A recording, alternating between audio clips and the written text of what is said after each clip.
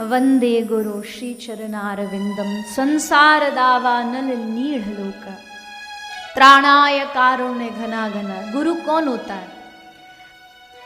आज पता नहीं मुझे कि मैं भागवत कथा कैसे शुरू करूंगी, क्योंकि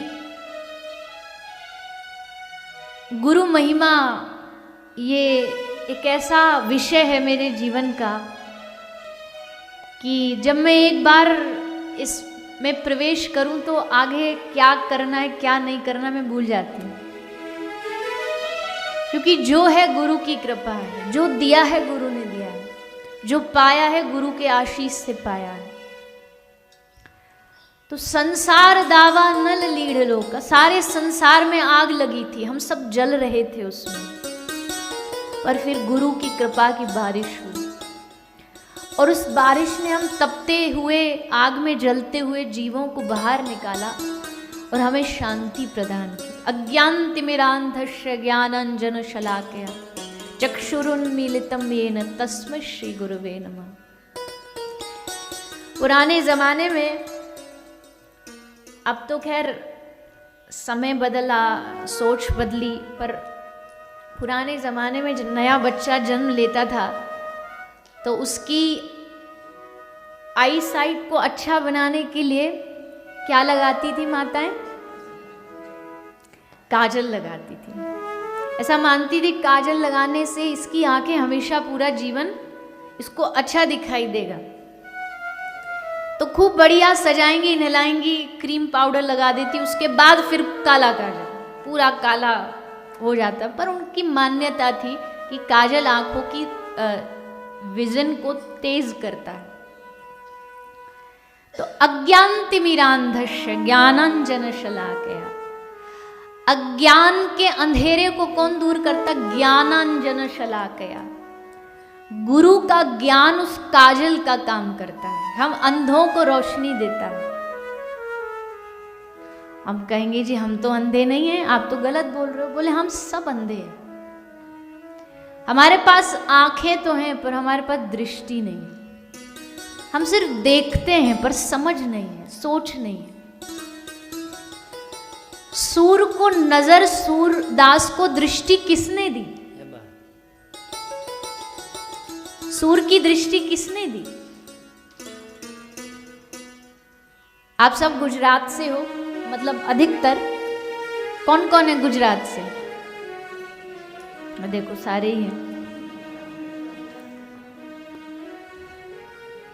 तो पुष्टि मार्ग है, वल्लभ कुल है, वल्लभ कुल का जहाज कहा जाता है सूरदास को। सूरदास जी को वल्लभ कुल का जहाज कहते हैं। तो सूरदास जी जब इस संसार से जा रहे थे, सूरदास जी का अंतिम समय चल रहा था, यानी वो भगवत धाम जाने वाले थे। गोवर्धन गिरिराज जी में एक स्थान है चंद्र सरोवर, वहां सूर की समाधि है। वहां रह के सूरदास जी ने खूब भजन किया था। तो जब सूरदास जी जा रहे तो सबने कहा कि सूर जाते जाते एक कोई पद सुना जा, तुमने सारा जीवन यही लिखा है, जाते जाते एक अंतिम बार। तब अंतिम में सूर ने गाया ये क्या? सूरदास जी कहते हैं दृढ़ न चरणन केरो भरोसो, दृढ़ न चरणन केरो। एक छोटा सा प्रसंग सुना रहे। गुरु कृपा की कोई महिमा वैसे गा नहीं सकता। सारी दुनिया में कोई भगवान को भी माइक दे दो ना और उनसे कहो गुरु महिमा बताओ, तो भगवान भी माइक बंद कर देंगे, मेरे बस की बात नहीं है। जो गुरु कर सकता है वो कोई नहीं कर सकता। तो एक चतुर्भुज दास जी हुए, अष्ट सखा। चतुर्भुज दास जी के जीवन में एक घटना घटती है कि विश्वास भरोसा क्या होता गुरु वाक्य पर, उसके ऊपर एक कथा सुनाते हैं। एक चोर चोरी करके आया, चोर चोरी करके आया तो उसके पीछे पीछे सारी राजा की जो सैनिक थे, फोर्स थी, वो भाग रही थी उसको पकड़ने। वो आया, एक जगह कथा चल रही थी चतुर्भुज दास जी की, तो आके भीड़ में, क्राउड में बैठ गया बीच में। तो चतुर्बुद्ध दास जी प्रवचन देते देते उन्होंने एक लाइन बोली, क्या? जिस दिन व्यक्ति गुरु बनाता है ना, जब गुरु दीक्षा देता कान में शिष्य को, तो नया जन्म देता है शिष्य को, उसको नया जन्म मिलता है, नया जीवन मिलता है। तो चोर आया, कथा के बाद उसने जाकर के कहा गोसाई जी को कि मैं आपको गुरु बनाना चाहता हूं, आप दोगे मुझे? बोले हाँ। उन्होंने उसे दीक्षा दी, ने गुरु धारण कर लिए। अब वो पकड़ा गया, सैनिकों ने उसे पकड़ लिया, राजा के पास ले गए। राजा के पास ले गए, राजा ने कहा तूने चोरी की? तो उस समय का एक प्रथा थी, दिया जलाते थे, मिट्टी का दिया, और उस पे जो बोल रहा है उसका हाथ रखवाते थे। अगर वो सच बोल रहा होगा तो वो हाथ उसका नहीं जलेगा, और ऐसी मान्यता थी हाथ जला तो मतलब झूठ बोल रहा है। तो हाथ रखवाए और कहा अब बोल, तूने चोरी की? चोर के मन में तुरंत आया एक बात, और वो बात क्या थी? उसने राजा को बोला, क्या बोला? उसने राजा को उत्तर दिया कि मैंने इस जन्म में तो चोरी नहीं की,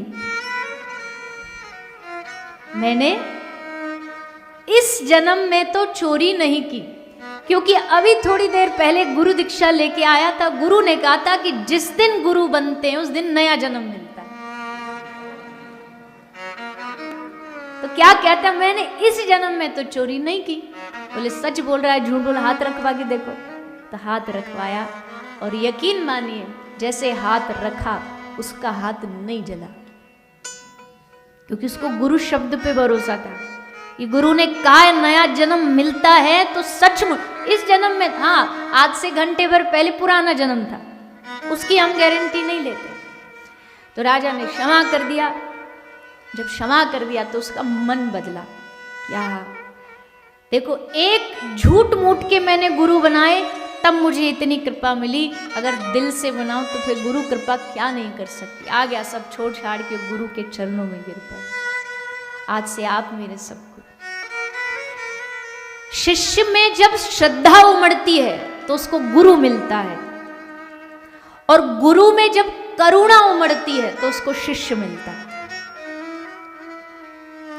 दुनिया का सबसे पवित्र अगर कोई रिश्ता है ना, तो गुरु और शिष्य का रिश्ता है। कोई मिलावट नहीं, कोई मिलावट नहीं हो सकती इसमें। और अगर है तो इसका मतलब अभी तुम्हारे इस रिश्ते में कुछ परेशानी, कोई मिलावट नहीं। तो गुरु चरण में मेरी प्रीत हो, चाहे हार हो चाहे जीत हो, गुरु चरणों में मेरी प्रीत हो। ऐसी प्रार्थना अपने अपने सद्गुरुदेव से करिए।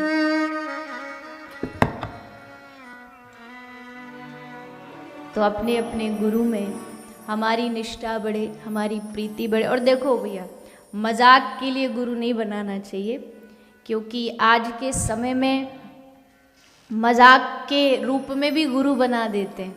हम कई बार सुनाते हैं कि एक मैया जाकर के हमको बोलती है कि हमने एक गुरु हरिद्वार में बना रखे हैं, एक गुरु बनारस में है, एक गुरु हमने उधर साउथ रामेश्वर की तरफ बना रखे। तो मैं कहा इतने गुरुओं की क्या जरूरत है?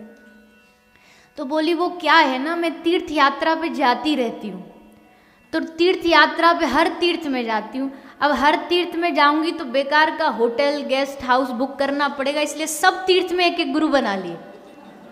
फ्री में गुरु जी के आश्रम में रुक जाते हैं, खाना पीना सब फ्री। और ऊपर से गुरु जी को एहसान करके और पहले ही फोन कर देते हैं, गुरु जी आ रहे हैं, कमरा साफ करवा देना। हद हो गई। पहले के शिष्य गुरु की सेवा करते थे, आजकल के सेवा करवाते हैं। ये कर लेना, वो कर, गाड़ी भेज देना एयरपोर्ट पे। तो अब गुरु जी भी बेचारे फिर क्या करे, करना पड़ता है।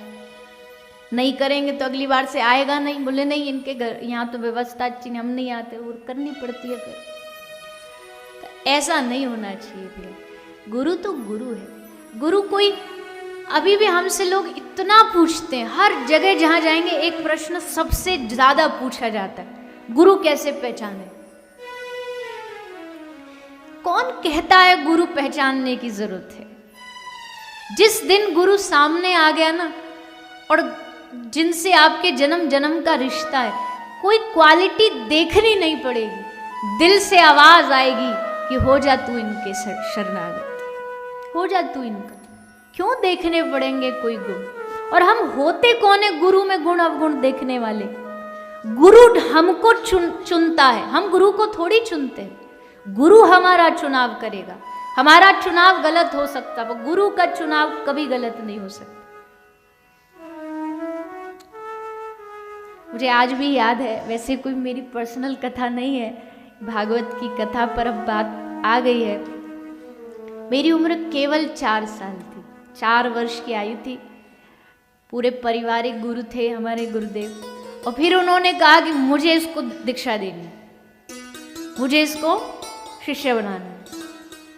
4 साल का बच्चा क्या जाने क्या होता है। गुरु ने दीक्षा दी, और वैसे तो 4 साल में कुछ स्मरण नहीं रहता, मुझे भी नहीं याद कुछ भी 4 वर्ष का, पर वो पहला दिन आज तक याद है। जब पहले दिन हमारे जो गुरु परंपरा, उसमें दीक्षा के बाद 16 माला कंपलसरी होती है कम से कम। तो मुझे आज भी याद है, भक्ति के रास्ते पे पहला कदम था, कुछ जानते नहीं, सुबह से लेके शाम हो गई 16 माला करते करते, क्योंकि तब तो जीभ भी ऐसे लड़खड़ा के चलती थी, हाथ भी ढंग से नहीं चलते थे, पूरा दिन लग गया। और तब से आज का दिन है कि गुरु कृपा कभी रुकी नहीं, कभी थमी नहीं। तो इसलिए आज गुरु पूर्णिमा का पावन दिन है। सब अपने अपने सद्गुरुदेव को हम प्रार्थना करें कि आप, मैं हमेशा कहती हूँ गुरु कृपा क्या करती है। फॉर एन एग्जाम्पल मान के चलिए, वेम्बली में कोई एक चींटी रहती है, ठीक है, गुजराती में कीड़ी बोलते हैं ना, हाँ, तो वेम्बली की कोई एक कीड़ी है, उस कीड़ी को इंडिया ट्रेवल करना है, उसको वेम्बली से इंडिया जाना है, उसका लक्ष्य है उसको भारत देख करके आना है, भारत भ्रमण करना है। कैसे जाएगी? बोले अपने पैरों पे चल के जाने की कोशिश करेगी तो बस हो गया, तो तुम नहीं पहुंच सकती। कितने सारे समुद्र पार करने हैं, कितनी सारी जगह पार करनी, थोड़ी ना पहुंच जाएगी। लेकिन अगर कोई आदमी वेम्बली से, हिथरो से फ्लाइट पकड़ करके इंडिया जा रहा हो, भारत जा रहा हो, गुजरात जा रहा हो, दिल्ली जा रहा हो, उसको कुछ नहीं करना, वो चुपचाप जाएगी और उसके कपड़े में बैठ जाए, उसके पैर पे चिपक जाए, या उसके शरीर पे चढ़ जाए, या उसके बैग में चढ़ जाए, बिना कोई वीजा, बिना टिकट, बिना पासपोर्ट इंडिया पहुंच सकती है कि नहीं? बोलिए ना, पहुंच जाएगी ना? कितना आसान है, कितना आसान है। वो पैर पे चढ़े, वहीं कहीं भी कपड़े में चिपक जाए, पहुंच जाएगी। 10 घंटे 8 घंटे जो भी हो। ठीक वैसे ही हमको भगवान तक पहुंचना है, लेकिन भगवान तक पहुंचने का रास्ता बहुत लंबा है। कितने जन्म लग जाएंगे उन तक पहुंचते पहुंचते, थक जाएंगे, हार जाएंगे कि अब नहीं होता, अब नहीं होता ये भजन। कितने जन्म बिताएंगे भजन करते करते, लेकिन तभी कोई सद्गुरु भगवान के उस धाम में जा रहा हो, तुम कुछ मत करो, बस उसके चरणों को पकड़ के चिपक जाओ, छोड़ना नहीं, पैर पकड़ करके बस अड़ जाना है। हे गुरुदेव, अब नहीं छोड़ेंगे आपको, आप ही हो जो हमें पकड़ करके वहां तक पहुंचाओगे। कोई, अच्छा, अगर अकेले जाओगे तो वहां पहचान पत्र लगेगा, आपकी आइडेंटिटी पूछी जाएगी, आपका पहचान पूछा जाएगा। लेकिन अगर सद्गुरु के पीछे पीछे जाओगे ना, तो बिना किसी पहचान करके एंट्री मिल जाएगी। क्योंकि गुरु तो ऑलरेडी परिचित है ना भगवान से, उनको भगवान को उनका चेहरा पता, उनका रूप पता। पीछे पीछे तुम उनके जाओगे तो बिना किसी क्वेश्चनिंग के भीतर भगवान तक पहुंच सकते हो। तो है ना आसान रास्ता। फिर भी हम लोग कहते हैं नहीं नहीं, हमको गुरु बनाने की जरूरत क्या है। एक शब्द है अभी हमारे आपने भी बोला कि कृष्णम वंदे जगत गुरु, जिसके कोई गुरु नहीं होते उनके कृष्ण गुरु है। बहुत सारे लोग श्री हनुमान जी को अपना गुरु मान लेते हैं जिनके गुरु नहीं होते, पर ये उन लोगों के लिए है कि जिनके पास अभी कोई गुरु कृपा नहीं हो रही, तो हमारे लिए तो ठाकुर जी गुरु, हमारे लिए तो हनुमान जी गुरु। लेकिन जिस दिन कृपा हो जाएगी ना, उस दिन तो भगवान रूप लेके, गुरु का रूप लेकर के आपके पास आएंगे, एक देह के रूप में आएंगे, जो आपसे बातें कर सके, जो आपके समस्या का समाधान दे सके, जो प्रश्नों का उत्तर दे सके, वो गुरु होता है। और गुरु भी ऐसा ही चुने जिनसे आप वार्तालाप कर सके, जिनसे आप अपने जीवन के बारे में पूछ सके। खैर, आज ये गुरु और शिष्य का पावन दिन है, तो उन्हीं गुरु रूप में श्री वेद,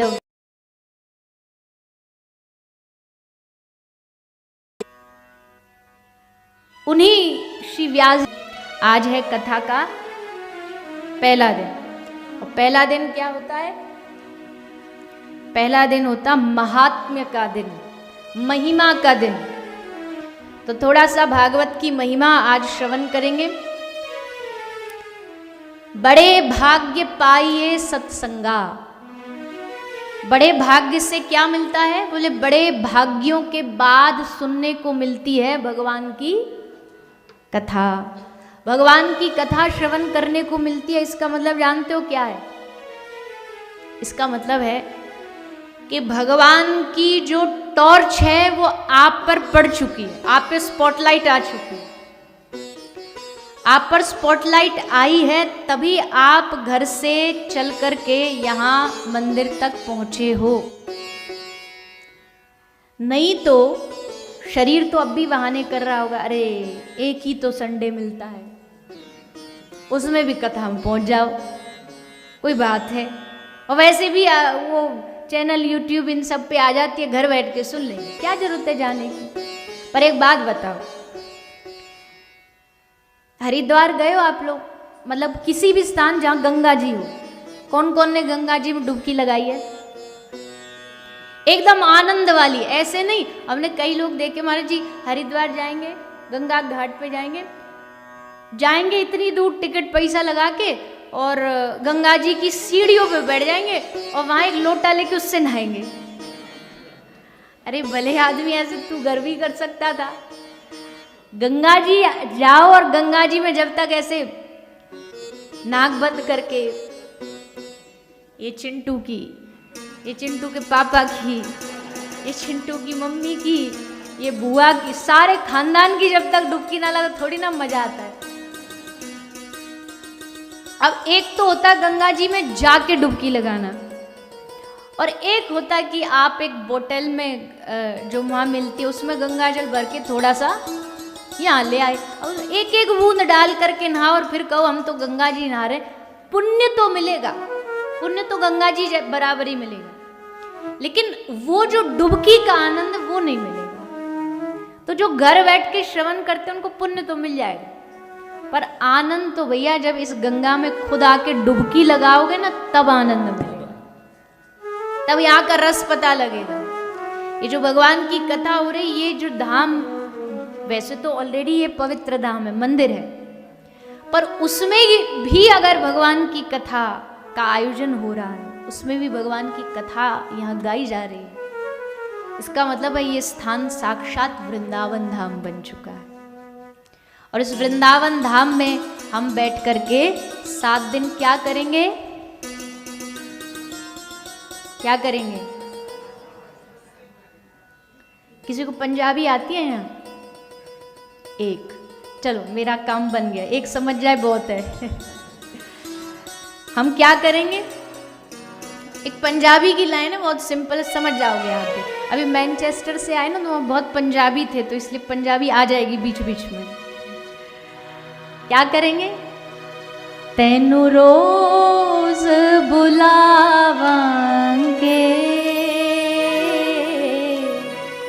तेनु रोज बुलावांगे, सुध बुध भूल अपनी राधे राधे गावांगे,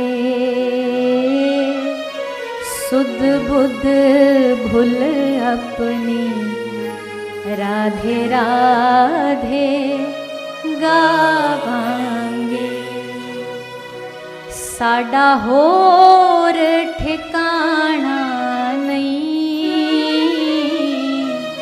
साडा होर ठिकाना नहीं, वृंदावन छड़ तेरा असी होर भी जाना नहीं, सुध बुध भूल अपने राधे राधे गावांगे। समझ गए होंगे ना मतलब? तो क्या है? तेनु रोज बुलावेंगे, 7 दिन क्या करेंगे? रोज बस उनको पुकारेंगे, बस उनको बुलाएंगे। क्या? शुद्ध बुद्ध भूल अपनी राधे राधे गावन, साडा होर ठिकाना नहीं, कहीं नहीं दुनिया में हमें रहना। कहाँ रहना? वृंदावन छड़ तेरा असी होर भी जाना नहीं, हमें वृंदावन ही वास करना है। बोले वृंदावन का? तुम तो फैमिली में बैठे हो। ले भैया, शास्त्र कहते, हमारे ठाकुर जी कहते, जहां मेरा नाम हो ना, मेरे लिए वही वृंदावन धाम, वही श्री वृंदावन धाम। जहां तुम राधे राधे बोल दो ना, समझो वही वृंदावन है। जहां हृदय में श्री राधा रानी का नाम आ गया तो वही वृंदावन। सब छोड़ करके ठाकुर जी वहीं आ जाएंगे और कहीं जाने की जरूरत नहीं। वृंदावन हृदय में हो, वृंदावन चित्त में हो। एक बात हमेशा कहती हूँ, हम वृंदावन में रहे ना रहे ये बड़ी बात नहीं, पर वृंदावन हम में रहना चाहिए, धाम हम में रहना चाहिए। धाम अगर हमारे दिल में है ना, तो समझो तुम उसी धाम में ही बैठे हो, तुम उसी वृंदावन में ही बैठे हो। एक और पंक्ति है, उसमें कहते हैं प्रभु, बहुत प्रसिद्ध लाइन है, तुम कहते हो मोहन वृंदावन प्यारा है, तुम कहते हो मोहन वृंदावन प्यारा है। श्री वल्लभ महाप्रभु जी का भाव है, सुबोधनी में लिखा है कि भगवान ने कहा मैं वृंदावन छोड़ के नहीं जाता। तो श्री वल्लभाचार्य जी ने कहा कि प्रभु जो वृंदावन से बाहर रहते हैं वो क्या करेंगे? तो भगवान कहते हैं मैं तो देखो नियम नहीं तोड़ सकता, तुम ही ऑप्शन निकालो क्या कर सकते हो। तो भक्त ने कहा इस दिल में आ जाओ, वृंदावन बना लेंगे, इस दिल में आ जाओ। हाँ गाइए, वृंदावन तुम रूठे रहो मोहन, हम तुम्हें मना लेंगे, तुम रूठे रहो मोहन, हम तुम्हें मना लेंगे। अब अगला क्वेश्चन भगवान ने क्या किया? ठीक है तू वृंदावन बना लेगा, मैं आ जाऊंगा तेरे घर, पर जब तेरे घर आऊंगा तू बिठाएगा कहाँ मुझे? कोई तैयारी है? तुम कहते हो मोहन हमें कहाँ बिठाओगे,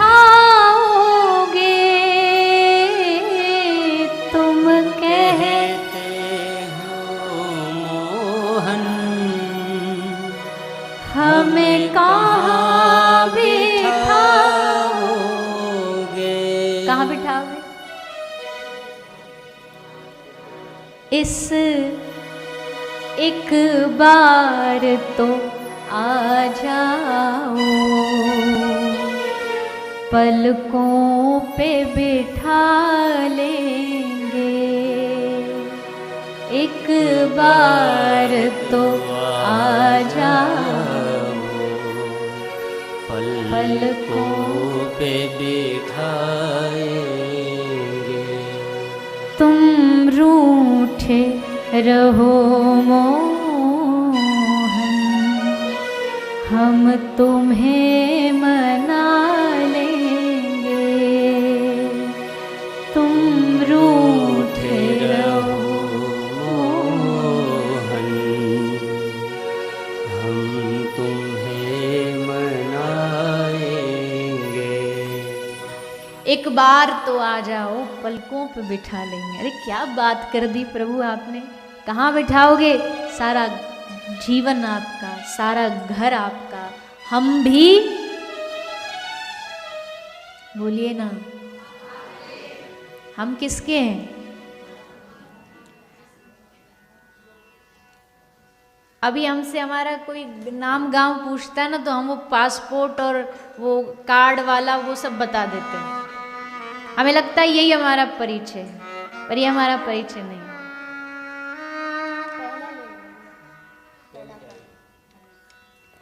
हमारा परिचय ये नहीं है। हमारा परिचय क्या है? पहली बात तो एक कथा बताएगी हमारा परिचय क्या है, पर फिर भी अगर परिचय जानना है तो ठाकुर जी से हमारा रिश्ता है, तभी तो हर बार उनको बुलाने के लिए आ जाते हैं। कोई हमसे कहे भैया ये क्या नाटक है, वही भागवत हर साल लेकर के आ जाते हो आप, कथा प्रवक्ता अपने भारत से, कुछ नया लाओ ना। तो पहली बात तो देखो भैया, चाहे सारे युग बदल जाए, भागवत कथा हजारों युग पहले भी इतनी ही नई थी और हजारों युग बाद भी इतनी नई रहेगी। ये ताकत और किसी में नहीं है। एग्जाम्पल के लिए, एक मूवी महीने में कितनी बार देख सकते हो आप लोग? एक ही बार। कोई और थोड़ा सा बोले नहीं देखना पड़ेगा साथ में, 2 बार देख लेंगे ज्यादा से ज्यादा। 3 बार देखते देखते तक तो पूरा उसका मजा, सस्पेंस सब खत्म हो जाएगा। कोई सस्पेंस नहीं बचा ना, पता है कब हीरो मारेगा, कब उल्टा होगा, कब कहाँ भागेगा, सब पता है। इवन संसार की बात भी अगर किसी ने हमको एक बात बता दी, दोबारा सेम बात अगर हमें बताता तो हम कहते आपने अभी बताई, हाँ आपने अभी थोड़ी देर पहले, उसको तीसरी बार रिपीट कर दे तो कह देंगे कितनी बार बताओगे, बता तो दिया आपने। पर अब भागवत औसतन मतलब एक एवरेज भी लगाई जाए, खासकर हम अपने जीवन की बता रहे हैं, तो एक एवरेज भी लगाई जाए, महीने में 3 कथा तो होती है। 3 वीक पढ़ेंगे, 3 कथा, बीच में 2, 5, 10 दिन जो बचते हैं वो ट्रेवलिंग में हो जाए, तो 3 कथा लगभग फिक्स है।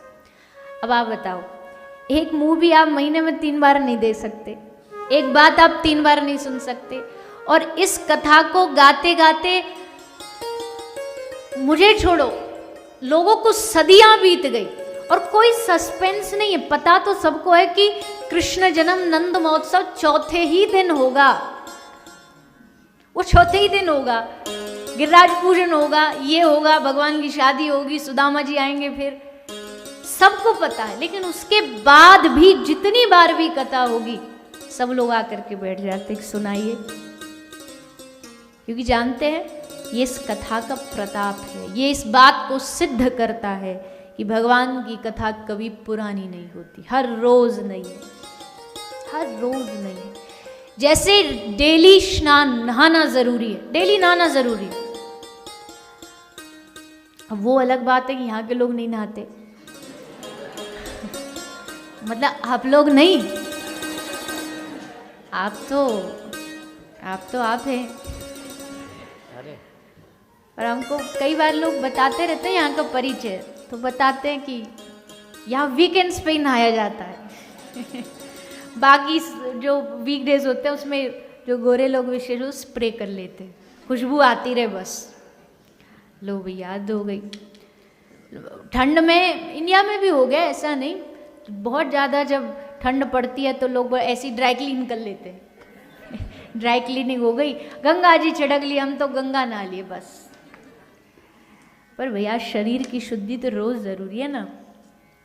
देखो जो भगवत सेवा करता है, अब भगवान की सेवा तो रोज करनी पड़ेगी, और भगवान की सेवा तभी कर पाओगे जब शरीर शुद्ध होगा। तो भगवत सेवक को तो रोज स्नान करना ही पड़ेगा, तभी सेवा में जा सकता है। रोज नहाना जरूरी है, रोज नहाना जरूरी है, और रोज खाना जरूरी है। चाहे हम नाम रख दे एकादशी, पर उस दिन कौन सा हम खाना छोड़ देते हैं। नाम रख दे फलहार, पर फलाहार नहीं फुलाहार होता है। फुल आहार करते हैं एकदम, सारी वैरायटीज होती है। इस्कॉन में तो क्या नहीं मिलता, एकादशी का पिज्ज़ा, एकादशी का डोसा सब मिल जाएगा। तो रोज खाना भी जरूरी है, शरीर को एनर्जी तभी मिलेगी। रोज सोना भी जरूरी है, रोज हम सोएंगे भी, चाहे कितना भी हम मेहनत कर लें, बिजी हो, थोड़ा टाइम तो सोने के लिए निकालेंगे। रोज खाना जरूरी है, रोज सोना जरूरी है, रोज नहाना जरूरी है।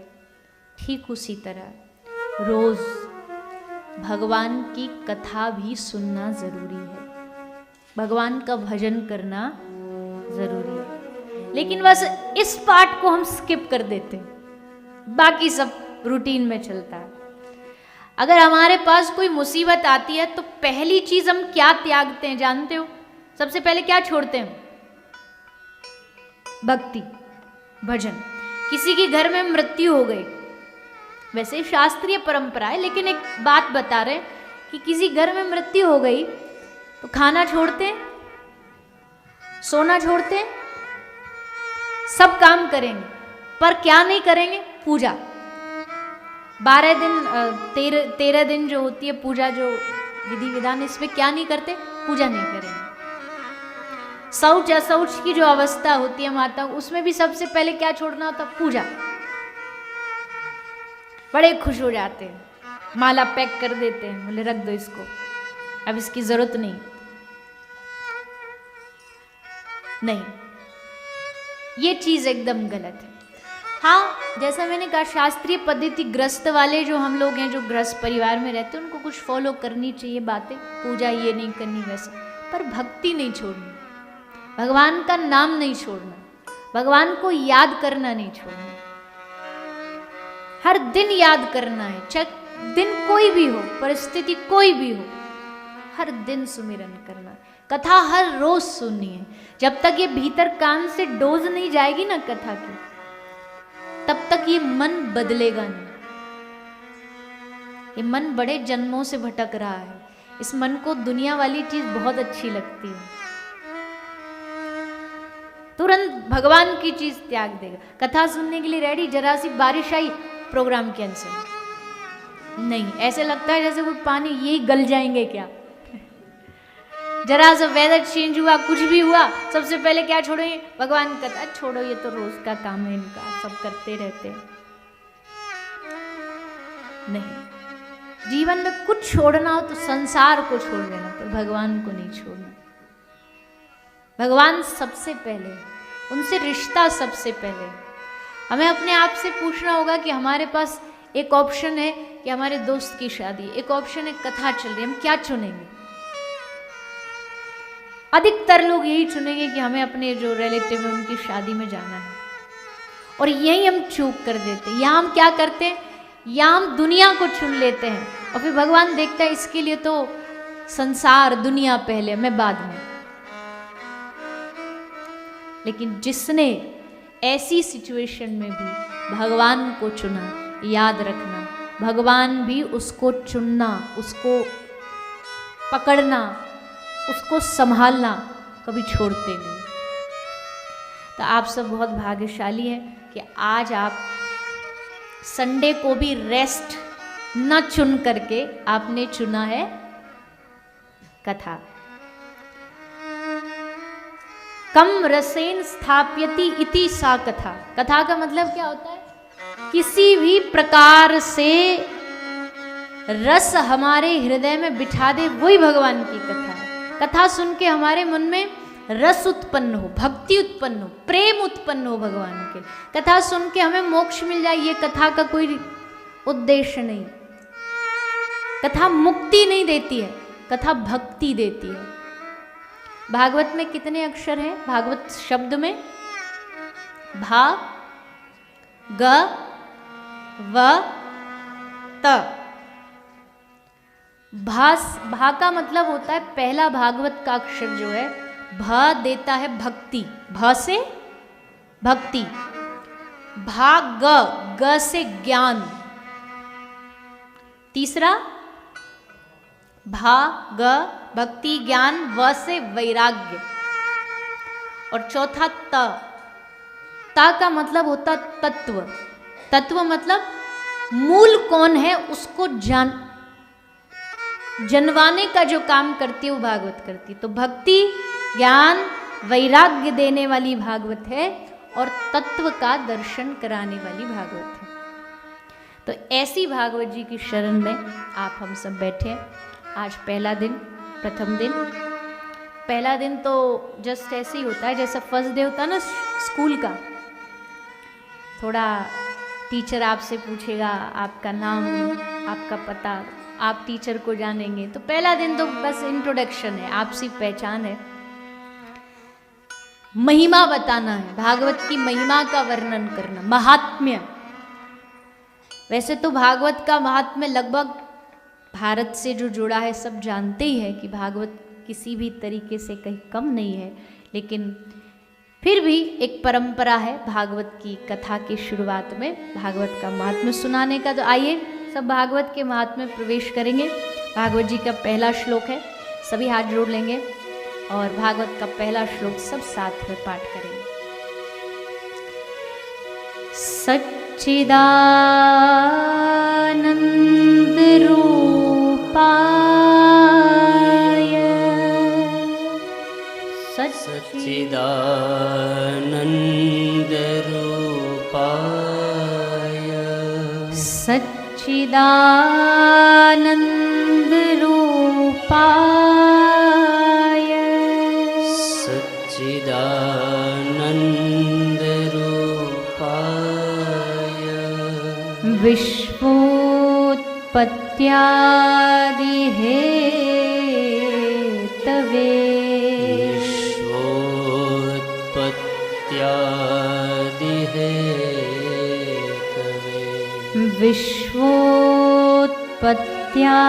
विश्वोत्पत्त्यादि हेतवे विश्वोत्पत्त्यादि हेतवे तापत्रय विनाशाय तापत्रय विनाशाय तापत्रय विनाशाय तापत्रय विनाशाय श्रीकृष्णाय वयं नुमः श्रीकृष्णाय वयं नुमः श्रीकृष्णाय वयं नुमः श्रीकृष्णाय वयं नुमः। इस श्लोक से भागवत शुरू होती है। 18 पुराण है जिसमें भागवत 18वां और व्यास जी का रचना की गई सबसे अंतिम पुराण है श्रीमद् भागवत महापुराण। भागवत जी में कितने श्लोक हैं? 18,000 श्लोक है, 12 स्कंद है, 365 अध्याय हैं। इन भागवत जी का जो परिचय है वो श्लोक से शुरू किया गया है। परिचय मतलब जब भी आप कोई ग्रंथ में प्रवेश करते तो थोड़ा सा उसमें क्या सुनाया जा रहा है उसके बारे में बताते हैं। तो भागवत में किसके बारे में सुनाया जाएगा? बोले सच्चिदानंद रूपाय विश्वोत्पत्त्यादि हेतवे तापत्रय विनाशाय। भगवान का स्वभाव, भगवान का गुण, भगवान का कर्म अगर किसी को देखना तो ये श्लोक बताएगा। भगवान का स्वरूप बताएगा। सच्चिदानंद रूपाय राम सच्चिदानंद दिनेशा ईश्वरः परमा कृष्ण सच्चिदानंद विग्रह अनादिरादिर गोविंद सर्व कारण कारणम। भगवान तीन गुणों से मिलके बनते हैं। जैसे हम सतोगुण रजोगुण तमोगुण से मिलके बनते हैं, भगवान के भी तीन गुण हैं। कौन कौन से? सत चिद आनंद। ये तीनों भगवान में। ये संसार में ये क्वालिटी नहीं है। संसार में सत्य नहीं हो सकता, संसार कभी भी सच्चा नहीं हो सकता, क्योंकि ये बदलता रहता है। यहाँ नाम बदलते हैं, यहाँ मौसम सीजन्स बदलते हैं, यहाँ लोग बदलते हैं, यहाँ रिश्ते बदलते हैं, सब कुछ बदलता है। हमारी आयु बदलती है। हर एक साल हमारी उम्र क्या होती जा रही है? बढ़ रही है। लोग तो खुश हो जाते हैं ना, एक साल और बढ़ गया। बोले नहीं भैया, बावरे बढ़ा नहीं, खत्म हो गया, उल्टा जा रहा है, रिवर्स जा रहा है। तू हर दिन एक एक करके रिवर्स जा रहा है, उल्टा जा रहा है। हर चीज चेंजिंग है यहाँ पर, हर चीज बदलती। लेकिन क्या नहीं बदलता? इस दुनिया में सत्य क्या है जो कभी नहीं बदलता?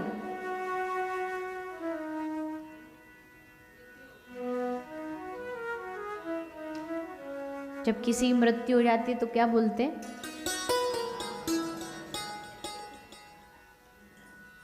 कितनी अच्छी बात है ना कि राम नाम सत्य है। कितनी लॉजिकल बात है कि इस दुनिया में अगर सच है तो राम नाम ही है और कुछ भी सत्य नहीं है। पर लोगों ने इसको स्लोगन बना दिया है बस। अच्छा, किसी की शादी हो रही है, उसमें जाके कह दो राम नाम सत्य है, तो ले डंडा मारेगा। तेरी हिम्मत कैसे हुई हमारे यहाँ पे ये बोलने की? अरे भाई क्या गलत बोला इसने? बताइए, कुछ झूठ बात बोली क्या? सही तो है, पर हमको लगता है ये मरने पे बोला जाने वाला डायलॉग है, तभी बस बोलना, उसके अलावा तो ये हमारे काम का नहीं है।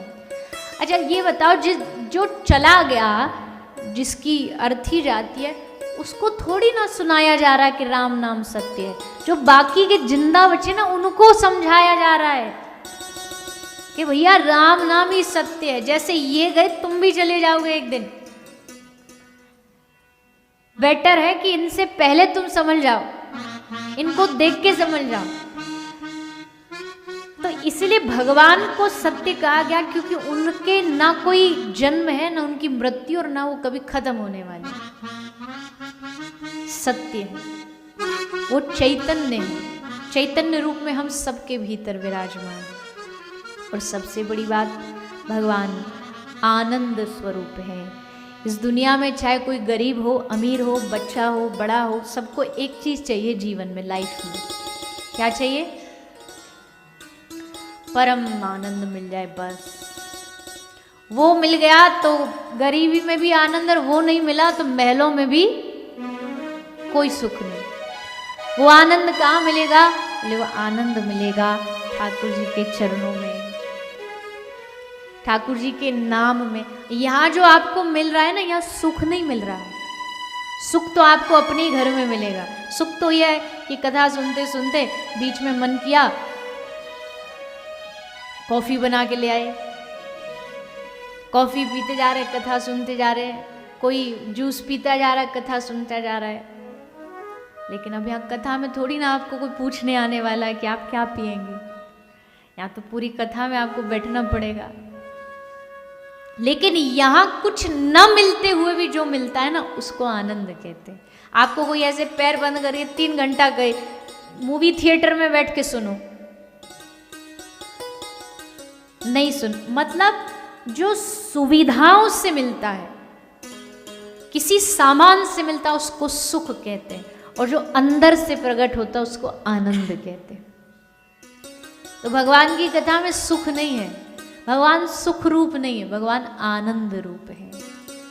इसलिए आनंद कंद के चरणों में बैठ करके उनका नाम लेने में आनंद है, कृष्ण नाम जपने में आनंद है, राधा रानी का नाम जपने में आनंद है।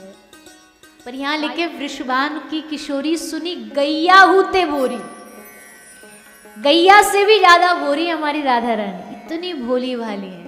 सहज स्वभाव पर्यो नवल किशोरी जू को, मृदुता दयालुता कृपालुता की राशि। एक तो होता है कोई जानबूझ के कृपा करने की कोशिश करे, पर श्री राधा रानी कोशिश करनी नहीं पड़ती, ये उनका सहज स्वभाव है कृपा करना। जैसे खाना हमारा स्वभाव है, सोना हमारा स्वभाव है, वैसे कृपा करना श्री राधा रानी का सहज स्वभाव है, सहजता में सब पर कृपा करती है। वृषभानु की किशोरी सुनी गैया हूते भोरी, प्रीत जान के हूँ थोरी तो हे राखेगी शरण। प्रीति मतलब भजन कम भी होगा ना तो भी शरण में ले लेंगे। ठाकुर जी जरा थोड़ा टेढ़े हैं, देखो ये हम तो सीधे स्पष्ट बोलते, पहले भी जितनी बार आते हैं यहाँ यूएस जब भी जाते सब गुजराती होते हैं, और हम कहते देखो आप हो जय श्री कृष्ण वाले, पर हम है राधे राधे वाले। अलग कुछ भी नहीं है, एकच ज्योति प्रभु द्वैधा, राधा माधव रूपकम, अंतर नहीं है। पर ब्रज वालों की अपनी एक ठसक होती है, अपना एक मान होता है। हम श्री राधे जू के बल अभिमानी, पड़े रहे अलमस्त भजन में, क्यों? क्योंकि हमारे सर पर राधा रानी। तो ठाकुर जी जरा नेक से टेढ़े हैं, जब भी उनके पास जाओगे ना तो तुरंत बोलेंगे लाओ इनका रजिस्टर निकालो, पाप और पुण्य कितने अच्छे कितने बुरे करे देखो। पर श्री जी आ गया ना शरण में, बस अगला पिछला सब हिसाब खत्म। यहां तक कहा गया है जो जहां बैठा बैठा दुनिया का कोई कोना हो, वहां अगर कोई बैठ के एक बार रो के कह दे श्री राधा श्री राधा श्री राधा, वहां बैठे ठाकुर जी की दिल की धड़कनें तेज हो जाती हैं। किसी ने मेरी प्रियाजू का नाम लिया, ठाकुर जी की नजर एकदम घूम जाएंगी, उस पर जाएगी कौन राधा बोला, किसने श्री राधा नाम लिया, अलर्ट हो जाएंगे एकदम ठाकुर जी। और जब श्री राधा नाम व्यक्ति बोलेगा न चाहते हुए भी, ठाकुर जी की नजर हम पर पड़ेगी, और उनकी नजर पड़ी के काम बना। उनकी दृष्टि पड़ने के लिए एक ही रास्ता है, राधा नाम, श्री राधा रानी का नाम सुमिरन। और भैया हमारे ब्रज की ना भक्ति दुनिया से एकदम अलग है, वृंदावन की भक्ति दुनिया से एकदम अलग है। एक प्रबोधानंद सरस्वती पाद है जिन्होंने श्री राधा रस सुधा निधि की रचना करी है। पहले उनका नाम प्रकाशानंद सरस्वती था, प्रबोध हुआ तो उनको प्रबोधानंद सरस्वती। उन्होंने बहुत सुंदर ग्रंथ लिखा राधा रस सुधा निधि, राधा रानी की महिमा उसमें। तो प्रबोधानंद सरस्वती को एक बार भगवान कृष्ण दर्शन देने आए। तो जैसे कृष्ण दर्शन देने आए तो प्रबोधानंद सरस्वती ने कहा कि ये क्या कर रहे हो, मुझ पे पाप चढ़ा रहे हो, क्यों आए यहाँ? भगवान ने कहा मैं दर्शन देने आया, इसमें क्या पाप है, ये कोई पाप है, क्या पाप है? तो प्रबोधानंद सरस्वती लिखते हैं, कहते हैं कि आप जितनी देर मेरे पास आए उतनी देर आपको हमारी श्री राधा रानी से दूर रहना पड़ेगा, श्री राधा रानी को आपका विरह होगा। मेरे कारण, मुझे दर्शन देने के कारण हमारी श्री जी को कष्ट हो, क्योंकि ठाकुर जी का विरह श्री जी सहन नहीं कर पाती, एक पल भी नहीं कर पाएंगे। तो मेरे कारण कष्ट हो तो पाप ही लगा ना कि श्री जी को विरह होगा, इसलिए आप एक काम करो वापस लौट जाओ, मुझे दर्शन नहीं करना, आप जाओ हमारी श्री जी के पास जाओ। ये ब्रज की पद्धति का भजन है, दुनिया में सबसे अलग, सबसे निराला। तो भैया श्री राधा रानी तो ठाकुर जी कहते हैं कि मोहे कपट छल छिद्र न भावा, निर्मल मन जन सो मोहि पावा, मोहे कपट छल छिद्र न भावा। पर श्री राधा रानी क्या कहती हैं? श्री राधा रानी का भाव ये है कि सन्मुख होए जीव मोए जबई, जन्म कोटि अघनाशो तबई। श्री जी कहती है एक बार आ गया ना सामने, हाथ उठा के बस सरेंडर कर दे, कह दे हे स्वामिनी जी हम आपके हैं, हम आपके हो गए, अब आप संभालो। तो कितनी भी गलतियां करी हो हमने पीछे, उन गलतियों को माफ कर देने वाली, इसलिए प्रीत जान के हूँ थोड़ी, तोहे राखेगी शरण। और आगे कहते एरे मन मतवारे, छोड़ दुनिया के द्वारे, राधा नाम के सहारे सौंप जीवन मरण। कब तक दुनिया में ठोकरें खाता रहेगा, कब तक दरवाजे खटखटाता रहेगा? एक बार उनकी शरण में जाना जहां एक बार ही सुन ली जाती है। कृपा की न होती जो आदत तुम्हारी, तो सुनी ही रहती अदालत तुम्हारी। कोई नहीं जाता भगवान के दरबार में, श्री राधा रानी के दरबार में, अगर वहां कृपा न करी जाती तो एरे मन, इस मन को समझाना पड़ेगा। मन बच्चा है, जैसे बच्चे को नहीं हम लालच देते रहते हैं, ज्यादा शोर कर रहा हो बेटा बैठ जा, चॉकलेट दे देंगे। इस मन को भी समझाओ, ये मन 7 दिन तक डूब जाने दे। इस कथा में डूब के ही मजा है। मैं हमेशा कहती हूँ कथा में तैरने का मजा नहीं है, डूबने का मजा है। जो डूबा समझो वो पार हो गए, या तैरने वालों का कोई काम नहीं। तो ये मन हमको डूब जाने दे। 7 दिन तक हमें आराम से कथा सुने, 7 दिन के बाद जो तू कहेगा करेंगे। तू कहेगा यहाँ घूमने जाना चलेंगे, तू कहेगा ये खाना खिलाए, बस 7 दिन शांत रहे। तो 7 दिन इसको थोड़ा सा लालच दे के रखो, फिर 7 दिन बाद करो ना करो आपकी मर्जी, पर अभी के लिए लालच दे दो कि 7 दिन के लिए हमें इस कथा से जुड़ जाने दे। मन बच्चा है, इसको जो समझाओगे समझ जाएगा।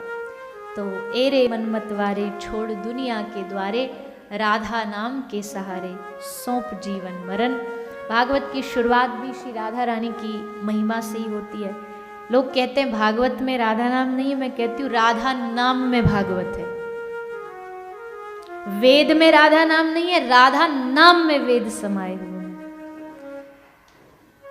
भैया ब्रज का आदमी ना ये शब्द सुन नहीं सकता कि भागवत में राधा नाम नहीं, कैसे नहीं है? एक एक शब्द राधा रानी का है, एक एक शब्द श्री राधा रानी की महिमा बताता है। तो ऐसी श्री राधा रानी को और कृष्ण दोनों, श्री कृष्णाय वयम नुमः, कृष्ण और श्री राधा रानी को प्रणाम करके